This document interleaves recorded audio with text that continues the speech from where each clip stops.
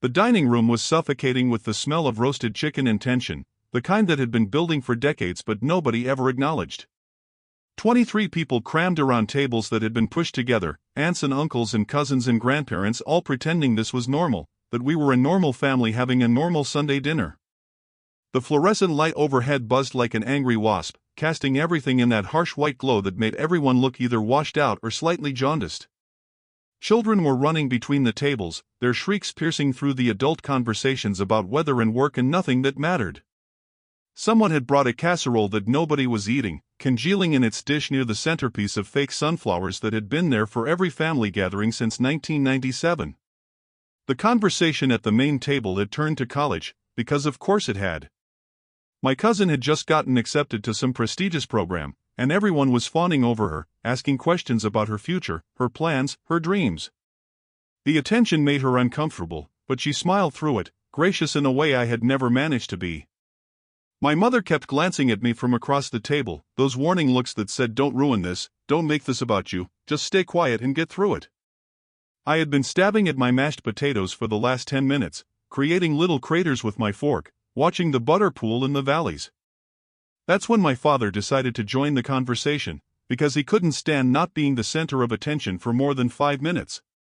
He started talking about hard work and dedication, about how his generation understood the value of earning something, unlike kids these days who expected everything handed to them. His voice had that quality it always got when he was holding court, loud and authoritative, like he was delivering a sermon from a pulpit. Everyone was nodding along, because that's what you did with him, you nodded and agreed and never questioned. My grandmother was beaming at him like he was reciting scripture. My uncle was pouring himself another glass of wine, already on his 3rd bottle. I don't know what possessed me to speak up.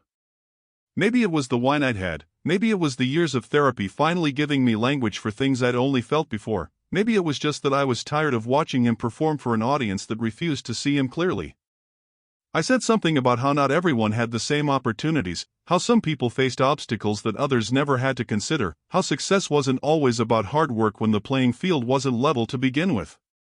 My voice was quiet at first, almost apologetic, like I was asking permission to exist in the conversation. The table went silent in that way that feels like all the oxygen has been sucked out of the room. Forks stopped midway to mouths. Someone's chair creaked. A child laughed in the other room, oblivious to the shift in atmosphere. My father's face did that thing it always did, that tightening around the eyes, that set of his jaw that meant danger was coming. But I couldn't stop now, even though every instinct was screaming at me to back down, to apologize, to make myself smaller. I kept talking about systemic barriers and privilege and how his bootstraps narrative ignored the reality that some people didn't even have boots. That's when he slammed his hand on the table, making the silverware jump and the glasses rattle. That's when he pointed at me with that thick finger that had pointed at me my whole childhood, always in accusation, always in disappointment. That's when he yelled it, loud enough for everyone to hear, for the neighbors to probably hear, for the children in the other room to stop playing and peer around the corner with wide eyes. Shut up, you're nothing. The words hung in the air like smoke, toxic and choking. My mother gasped. My aunt put her hand over her mouth. My cousin looked down at her plate, suddenly fascinated by her green beans. Something inside me broke, or maybe it finally fused together after years of fractures. The heat started in my chest and spread upward, into my face, behind my eyes, making everything sharp and clear and inevitable. I stood up, my chair scraping against the hardwood floor with a sound like a scream. I could feel myself trembling, but my voice was steady when I spoke, steadier than it had ever been in his presence. I told him that actually, I was something, I had always been something, even when he spent my entire childhood convincing me otherwise. I told him about the nights I had cried myself to sleep wondering what was wrong with me, why I could never be good enough, why his love always felt conditional on achievements I could never quite reach. The words started pouring out like water from a broken dam, decades of swallowed sentences finally finding their way into the light. I told him about the time I won the science fair and he said it was probably because the judges felt sorry for me. I told him about when I got into college and he asked if it was a diversity admission. I told him about every accomplishment he had minimized, every dream he had mocked, every moment of vulnerability he had weaponized. I told him about the therapist I'd been seeing for 3 years, trying to undo the damage of growing up with a father who treated love like a performance review, always finding me deficient. My voice was getting louder now, matching his volume, exceeding it. I told him that calling someone nothing didn't make them nothing, it just revealed what you were. I told him that respect wasn't something you could demand with your fists or your voice or your presence, it was something you had to earn, and he hadn't earned mine in a very long time. I told him about the panic attacks I'd had before family gatherings, the dread that would start days in advance, the way I had to give myself pep talks just to walk through the door. I told him about the relationships I'd sabotaged because I didn't believe anyone could actually love me, not really, not when the first man who was supposed to show me unconditional love had made it so devastatingly conditional. People were crying now. My mother was sobbing into her napkin, whether from shame or relief or something else entirely, I couldn't tell and didn't care. My younger sister was staring at me with her mouth open, like I had just performed some impossible magic trick. My grandfather had gone very still, his fork suspended in air, his eyes fixed on some point in the middle distance. The children had all gathered in the doorway, sensing that something significant was happening even if they didn't understand what. I told him about the journal I'd kept as a teenager, full of wishes that I could be someone else, anyone else, because being his daughter felt like a prison sentence I hadn't committed any crime to deserve. I told him about the night I had stood on the bridge, 17 years old, trying to convince myself there were reasons to keep going when the person who was supposed to give me reasons was the one making me question everything. I told him about the friends who had held me while I cried, confused about why someone who claimed to love me could make me feel so worthless. I told him about the years I had spent in silence, swallowing his criticisms, internalizing his contempt, believing that if I could just be better, smarter, more successful, more compliant, maybe then I would finally be enough. My father's face had gone from red to purple to an ashen gray. He was opening and closing his mouth like a fish out of water, trying to find words, trying to regain control of a situation that had completely slipped from his grasp. Several people tried to interrupt, to calm things down, to restore order to the chaos I had unleashed. My aunt said we should all just take a breath, my uncle suggested we table this discussion for another time, my grandmother was clutching her pearls literally and figuratively. But I wasn't finished.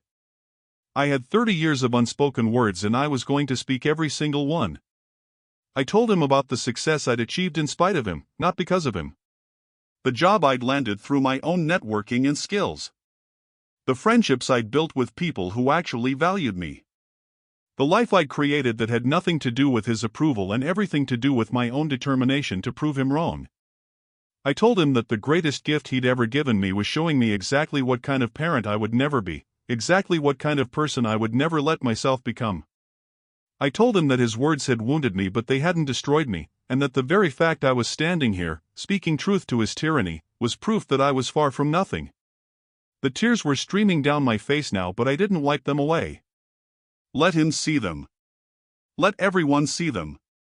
Let there be evidence of the damage, let there be witnesses to this moment of reckoning that had been building since the first time he'd made me feel small. I told him that I forgave him, not because he deserved forgiveness but because I deserved peace, because carrying rage around was exhausting and I was tired of letting him occupy space in my head rent-free. I told him that forgiveness didn't mean reconciliation, didn't mean pretending nothing had happened, didn't mean subjecting myself to more of the same treatment. I told the whole room, really, not just him, that this was the last family dinner I would attend until things fundamentally changed. I told them that I loved them but I loved myself more, and that loving myself meant creating boundaries with people who couldn't respect my basic humanity. I told them that enabling abuse wasn't kindness, that staying silent wasn't keeping the peace, that pretending everything was fine was just another form of cruelty. I told them they could choose to examine their own complicity or they could choose to keep playing their roles in this toxic family theater, but either way, I was done with my part. My father finally found his voice, started sputtering about disrespect and ingratitude, about how he'd provided for me, how I'd never wanted for anything material. I cut him off, told him that food and shelter weren't substitutes for emotional support, that meeting basic needs didn't earn him a medal when he'd failed at everything else that mattered.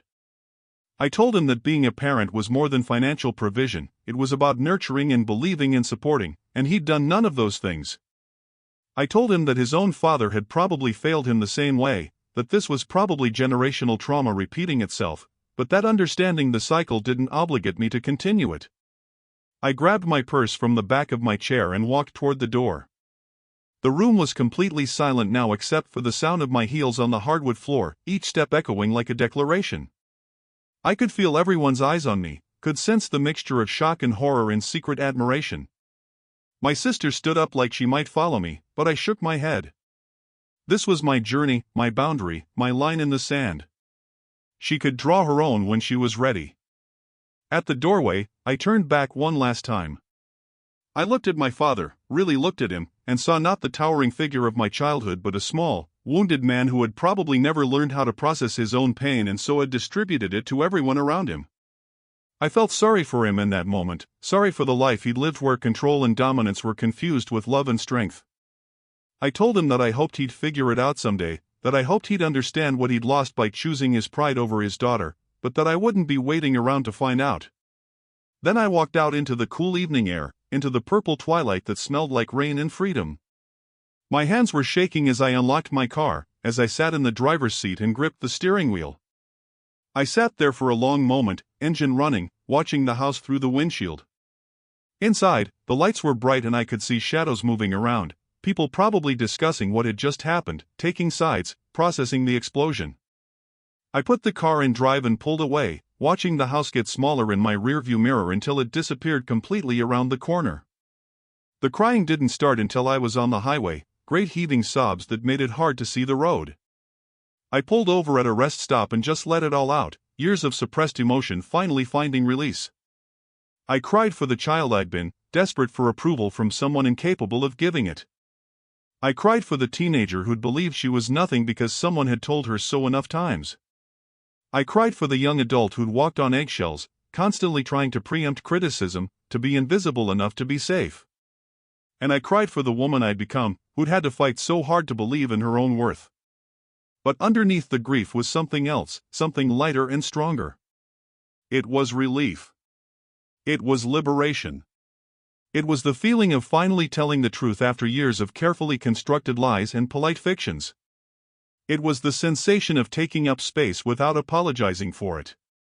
It was the knowledge that I had finally stood up for myself in a way that mattered, that I had refused to be diminished, that I had chosen my own dignity over family harmony.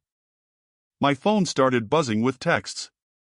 My sister saying she was proud of me. My cousins saying it needed to be said. My mother saying we needed to talk, asking me to call her. My aunt saying I'd ruined Thanksgiving, that I should be ashamed of myself. I turned the phone off and drove home in silence, just me and the highway and the stars starting to emerge in the darkening sky. I thought about all the dinners I wouldn't have to attend, all the tense conversations I wouldn't have to navigate, all the energy I could redirect toward people who actually valued me. When I got home, I ran a bath and sat in the hot water until it turned lukewarm, until my fingers pruned, until the adrenaline finally drained from my system. I thought about what therapy had taught me, that you can't change other people, you can only change yourself and your responses. I had spent so many years trying to change him, trying to be good enough that he'd have to acknowledge my worth. What I'd finally understood was that his inability to see my value had nothing to do with me and everything to do with him. I got out of the bath and put on my most comfortable pajamas, made myself tea, curled up on the couch with a book I'd been meaning to read. The apartment was quiet in a way that felt peaceful rather than lonely. I had chosen this solitude, this boundary, this self-respect. It might cost me relationships, might make future family gatherings awkward or impossible, might mean missing out on certain traditions or moments. But what I'd gain was worth infinitely more. I'd gain myself back. I gained the ability to live without that constant undercurrent of anxiety, without always waiting for the other shoe to drop, without trying to make myself small enough to avoid notice. The next morning, I woke up feeling different. Lighter, somehow, like I'd set down a heavy backpack I'd been carrying for miles. There would be consequences, I knew. There would be family members who would never forgive me for breaking the silence, for violating the unspoken rule that we don't talk about these things, that we sweep everything under the rug and pretend the rug isn't lumpy with decades of unaddressed pain. There would be attempts at reconciliation that required me to apologize, to take it back, to admit I'd overreacted. There would be pressure to forgive and forget, to show up to the next gathering like nothing had happened.